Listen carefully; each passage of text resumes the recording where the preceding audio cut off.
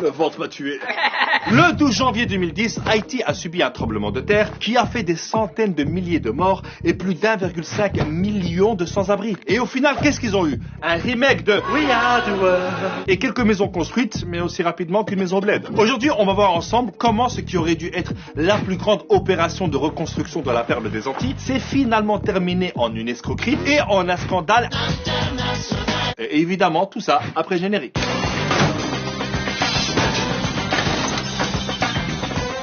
Il faut savoir que Haïti a été l'une des colonies les plus riches et la première république noire a proclamé son indépendance en 1804, soit 2-3 jours avant le lancement de Vivement Dimanche. Mais ça lui a coûté une dette coloniale à la France de plus ou moins 17 milliards d'euros d'aujourd'hui qu'elle n'a fini de payer qu'au milieu du XXe siècle. Mais bon, après quand tu commences une histoire et qu'il y a les termes dette coloniale, t'imagines bien que ça finira aussi mal que Macron qui parle anglais. I don't like what you did in front of me. Faut savoir que le pays n'a jamais réussi à bien se développer et il est toujours dépendant des ONG et des organisations humanitaires. À tel point qu'on la surnomme la République des ONG. Depuis le tremblement de terre en 2010, t'as plein d'ONG et d'organisations humanitaires qui ont débarqué comme les Avengers mais version Bollywood.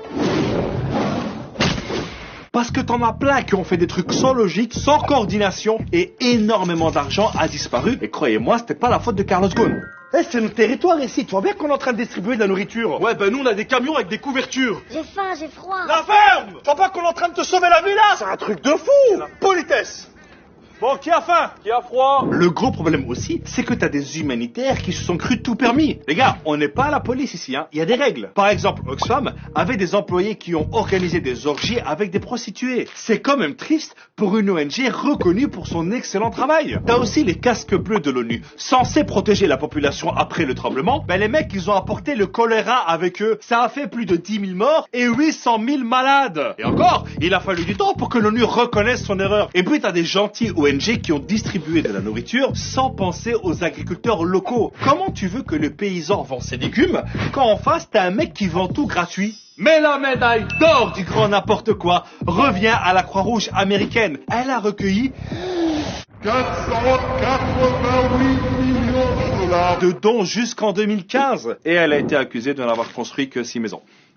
Les gars, Haïti, c'est un pays. C'est pas un Monopoly. T'as aussi l'agence américaine d'aide au développement qui a débloqué 2,5 milliards de dollars d'aide. Et bien sur tout ça, il n'y a que 2,6% qui a été versé directement aux entreprises ou associations haïtiennes. Le reste... Donc sous le coup de l'émotion, tout le monde s'est précipité, mais ça a été mal géré. Résultat, Haïti est devenu une espèce de centre d'entraînement pour des humanitaires qui ne connaissent ni le contexte, ni même le pays. Tu savais qu'ils parlaient français ici? Bah ouais. Je pensais qu'en Afrique, on parlait l'africain, moi. Mais on n'est pas en Afrique, on est à Tahiti. Ah, mais toi, t'es vraiment nul en géographie. Hein. On en apprend tous les jours. Hein. Vous avez faim, monsieur? Non, il a froid. Et avec tout ce gâchis, tu dois encore rajouter la corruption généralisée des dirigeants. La Cour des comptes haïtienne vient de remettre un rapport sur le plus grand scandale de détournement d'argent de l'histoire d'Haïti, concernant l'affaire du Petro-Caribé et le détournement de 3,8 milliards de dollars qui a impliqué 4 présidents et 6 gouvernements. Du favoritisme, des contrats sans obligation, des budgets doubles, une quinzaine de ministres et même l'actuel président Jovenel Moïse sont pointés du doigt. Le grand pillage est arrivé. Le président Moïse est rejeté par tous les partis et la population. Donc d'un côté, t'as un Moïse qui divise la mer en deux pour faire passer son peuple. De l'autre, t'en as un qui divise le peuple pour faire passer l'argent. Jean-Michel, jeu de mots? Le mec, il gouverne par décret et il est protégé par des centaines de militaires et de mercenaires recrutés par la firme américaine Blackwater. Ça veut dire au noir en français.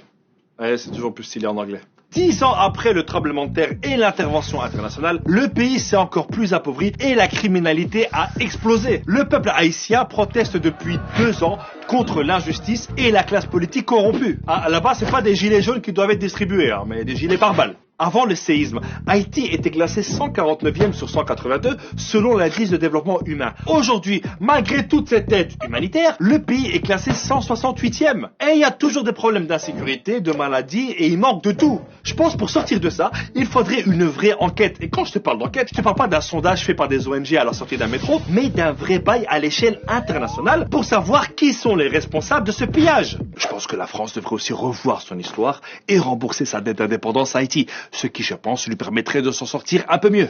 Notre présence ici n'a pas laissé que de bons souvenirs. Nous, on est avec le peuple.